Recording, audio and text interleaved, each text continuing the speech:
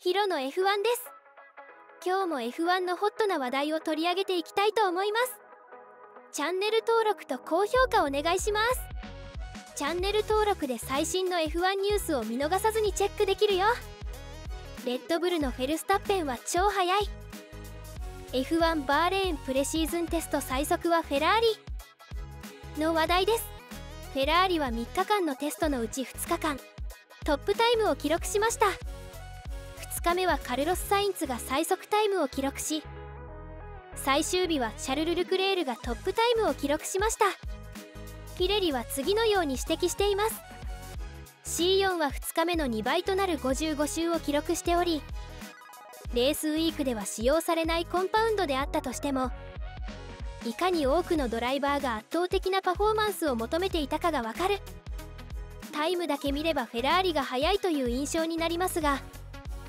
フェラーリはどちらもバーレーングランプリでは使用されない C4 タイヤで記録されたものです。全体4位のタイムを出したレッドブルのマックス・フェルスタッペンは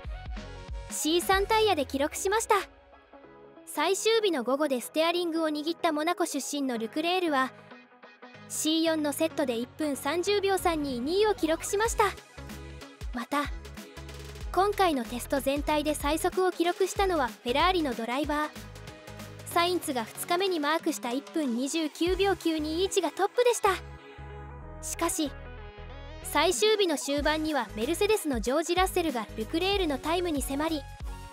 わずか 0.046 秒遅れの2位を獲得しました。同じコンパウンドのタイヤを履いていたラッセルは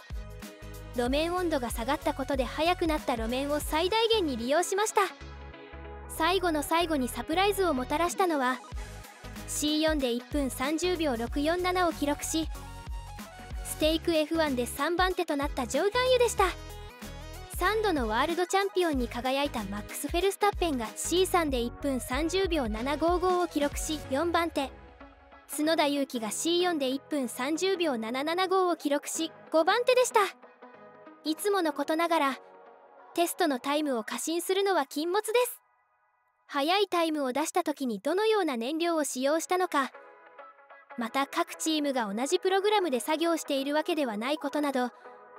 パフォーマンスに大きな影響を与える未知の要素がたくさんあるからと言われています。最終日は19人のドライバーがコースインし、ウィリアムズのサージェントだけが観戦していました。午前中のセッションはレッドブルのセルジオ・ペレスがドレインカバーに接触し、約80分間中断されました。その結果昼休みはキャンセルされ、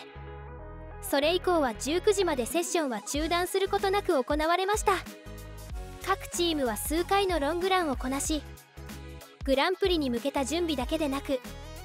来シーズンのマシン開発の指針となる多くのデータを得ることができたようです。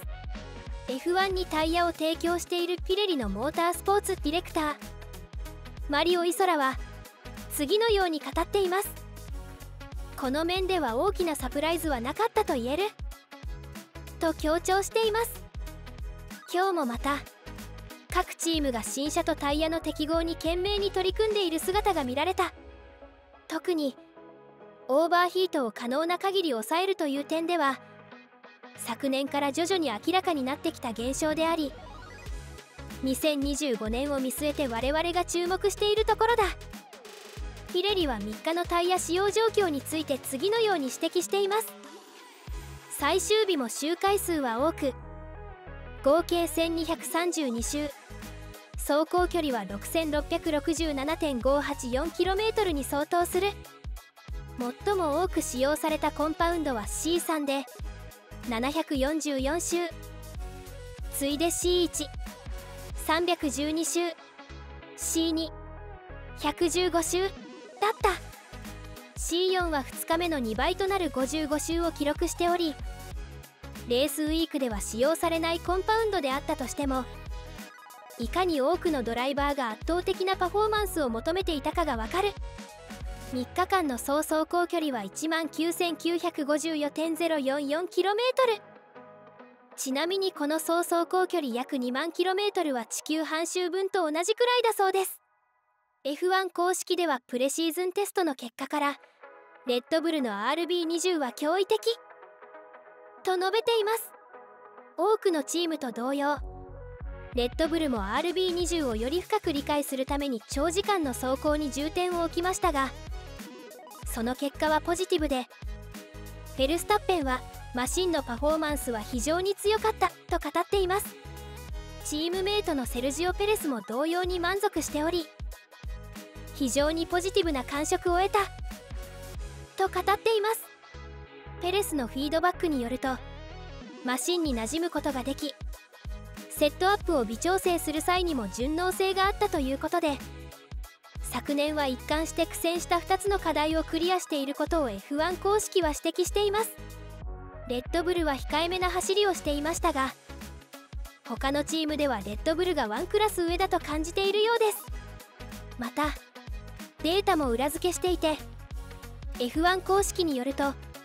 最終日の走行に基づくロングランではメルセデスとフェラーリに対して1周あたり 0.2 秒のアドバンテージがあり、シングルラップでもフェラーリに対して同じアドバンテージを保っているそうです。今年もレッドブルの覇権が続きそうな感じはありますが、他のチームの健闘も期待したいですね。レッドブルのフェルスタッペンは超速い。